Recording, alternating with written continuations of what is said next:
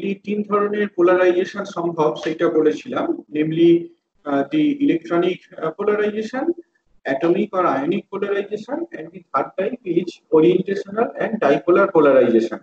তো কিভাবে কোন একটা সিস্টেমের মধ্যে ইলেকট্রনিক পোলারাইজেশনটা ডেভেলপ হয়, সেই ইলেকট্রনিক পোলারাইজেশনটা কোন কোন প্যারামিটার দ্বারা কন্ট্রোলড হয়, অ্যাসোসিয়েটেড পোলারাইজেবিলিটি সেইটা যে তোমার অ্যাটমিক ভলিউমের সাথে প্রপোর্শনাল, এই জিনিসগুলোকে আমরা অ্যানালিটিক অ্যাপ্রোচ ফলো করে ডেসক্রাইব করেছিলাম। এরপর অ্যাটমিক বা আয়নিক পোলারাইজেশনটাকে ফিনোমেনোলজিক্যালি এক্সপ্লেন করা হয়েছিল। এটা বলা হয়েছিল যে তোমার যদি একটা হেটেরোনিউক্লিয়ার মলিকিউল থাকে তাহলে তার যে ওরিয়েন্টেশনাল চেঞ্জ, বন্ড অ্যাঙ্গেলের মধ্যে চেঞ্জ বা বন্ড লেন্থে চেঞ্জ হতে পারে by application of electric field, এবং এতে করে সিস্টেমটার মধ্যে মলিকিউলটার মধ্যে একটা ইনডিউসড ডাইপোল মোমেন্ট, একটা ডাইপোল মোমেন্ট ইনডিউসড হতে পারে। এটা জাস্ট ফেনোমেনোলজিক্যালি আমরা ডেসক্রাইব করেছিলাম।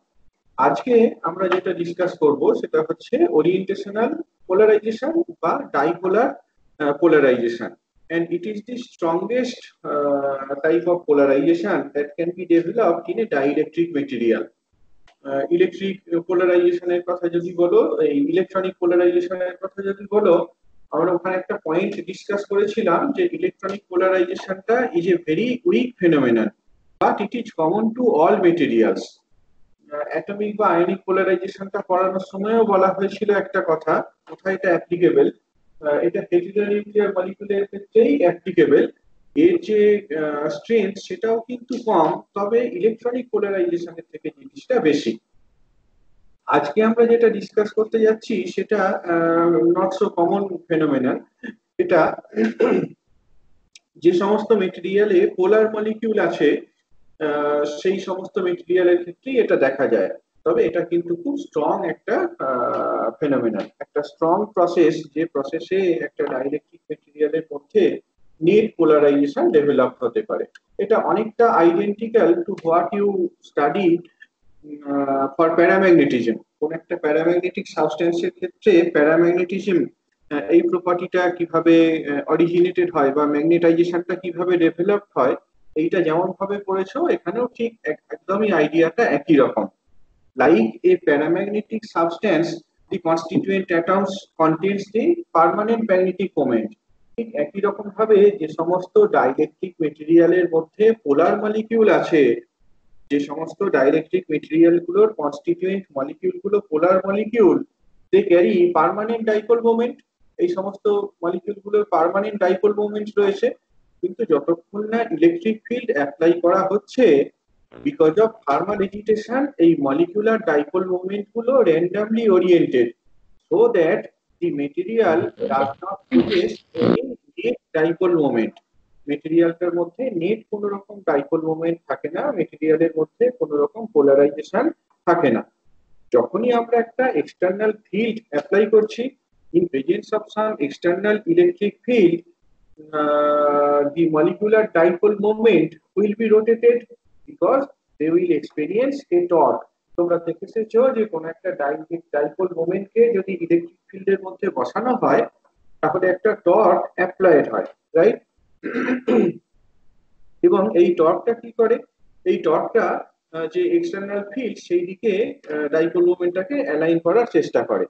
On the other hand thermal এজিটেশনটা কি করবে, থার্মাল এজিটেশনটা সবসময় একটা র্যান্ডমনেস ক্রিয়েট করতে চাইবে। তাহলে দুটো process mutually competitive. Externally applied ফিল্ডটা ডাইপোল মোমেন্ট গুলোকে অ্যালাইন করতে চাইছে ইন ইটস ডিরেকশন, whereas তোমার এই থার্মাল এজিটেশনটা এই অ্যালাইনমেন্টটাকে ডিস্টার্ব করতে চাইছে। তো depending on the strength of the externally applied field and the temperature of the substance, একটা net component will exist, net component of the dipole moment will exist in the direction of the electric field, that is the material will obtain a polarization. এই ধরনের পোলারাইজেশনকে আমরা ডাইপোলার polarisation বা ওরিয়েন্টেশনাল polarisation বলি। তাহলে প্রথমেই যে জিনিসটা মাথায় রাখতে হবে এই টপিকটা পড়তে গেলে, যে এখানে কিন্তু কনস্টিটিউয়েন্ট মলিকিউল গুলো পোলার মলিকিউল, অর্থাৎ কনস্টিটিউয়েন্ট মলিকিউল গুলোর নেট ডাইপোল মোমেন্ট আছে, এটাই।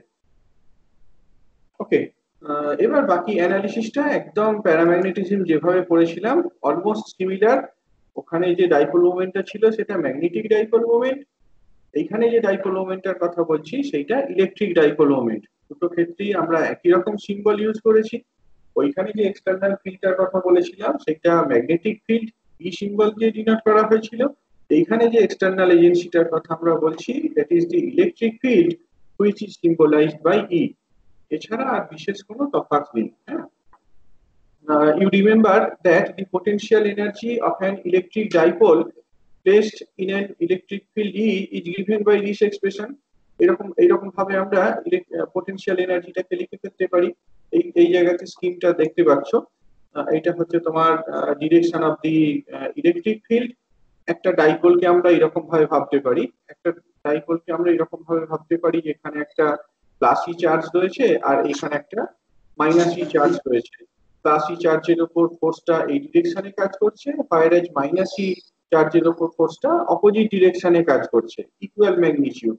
কাজে এই ডাইপোলের উপর নেট ফোর্সটা জিরো, কিন্তু একটা টর্ক থাকবে যে টর্কটা এই ডাইপোলটাকে অ্যালাইন করে এক্সটার্নাল ইলেকট্রিক ফিল্ডের দিকে ওরিয়েন্ট করবে।